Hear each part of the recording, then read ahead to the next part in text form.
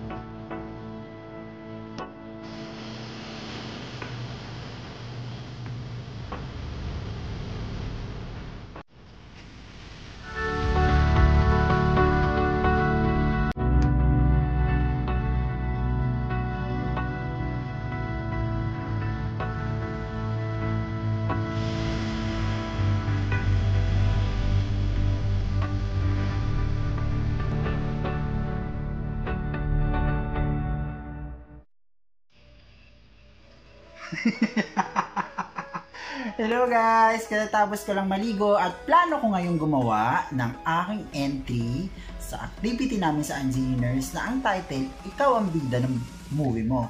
Gagawa ka ng sarili mong movie poster at movie title. Ngayon, tingin mo ano kaya magandang movie title ang pwede kong gawa? At ngayon, isasama ko kayo sa paggawa ko ng aking entry. Ano? Tara na? Let's go! So, ayun na nga. May kwento. So, ito na nga ang kwento natin. Ang plano ko sanang movie title ng entry ko sa activity namin sa Engineers. Diba nauso yung mga title dati ng 90s? Yung mga rated R, ganyan. Parang katulad ng Patikim ng Pinya, ganyan. Talong. Sutla, Gata sa Dibdib ng Kaaway, Pila Balde. Yan, mga ganyan. Parang gusto ko ganun yung title ko para catchy. Wow, catchy! Siyempre para catchy. So, ang title ng movie ko ay Pechay.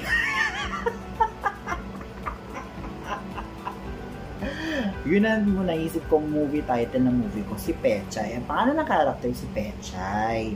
So ngayon, syempre may pamilya siya. Tapos, ang story niya, parang papasukin niya lang ng trabaho para sa pamilya niya. Ganon. Ang plano ko sa movie poster ko ay syempre nasa gitna si Petchay, tapos may iba-ibang trabaho siya na nasa likod. Tapos ngayon, naisip ko na magkalkal sa baul ng anong mga pwedeng gamitin ko para sa trabaho ni Petchay. Ngayon, nakuha ko yung scrub suit ko dati. Para kunyari, ano siya, nag-aalaga ng matanda, ganyan. Tapos, yung aking nursing uniform, nakuha ko siya. Diba? Malay mo, estudyante rin si Petchay, diba? Diba? Gusto niya iangat yung buhay ng pamilya niya, diba? Tapos, yung swimsuit, tapos nakakita ko ng floral na dress. Yan. Pwede siyang pop-pop, ganyan, or escort girl, ganyan.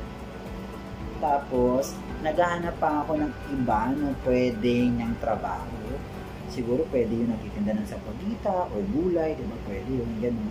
Tapos, ang naisip kong tagline is yung parang papasukin ang lahat para sa pamilya. Lulunukin ang lahat para sa dignidad. Uupuan ang lahat ng bagay para lang sa matawid ang buhay. Parang gano'n, diba? Diba? Ang catchy. Wow, catchy!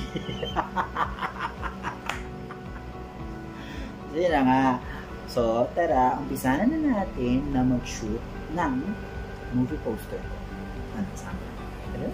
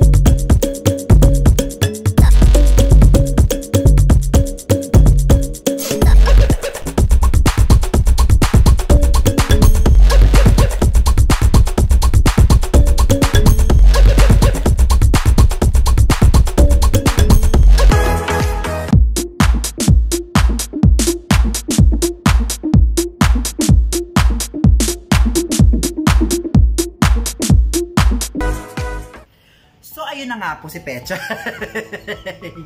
Ano po, kamusta naman po si Petchay? Ang sexy po ni Petchay, di ba? Sana po ay nagiliwan po kayo kay Petchay. Kahit pa paano ay napatawan niya po kayo, napangiti, na nakita niyo po si Petchay. Si Petchay ay isang halimbawa lamang po ng tao na gagawin ang lahat ng bagay para lang sa pamilya niya. Papasukin ng kahit anong klaseng trabaho para lang makatulong sa mga magulang niya. Gagawin ang lahat ng bagay para lang mapag-aral ang kanyang mga kapatid, para makakain sila ng 3 beses sa isang araw. Gagawin niya lahat yun dahil sa pagmamahal niya sa kanyang pamilya. Alam ko, isa sa atin katulad ni Petchay, na gagawin ang lahat ng bagay, papasukin ng kahit anong trabaho dahil gagawin natin ito dahil sa pagmamahal natin sa ating pamilya. Muli, ito po si Jeffy Kebiab. Maraming salamat po sa panonood. Please don't forget to like and subscribe to my channel. Hanggang sa susunod na kwentuhan, guys. Bye-bye!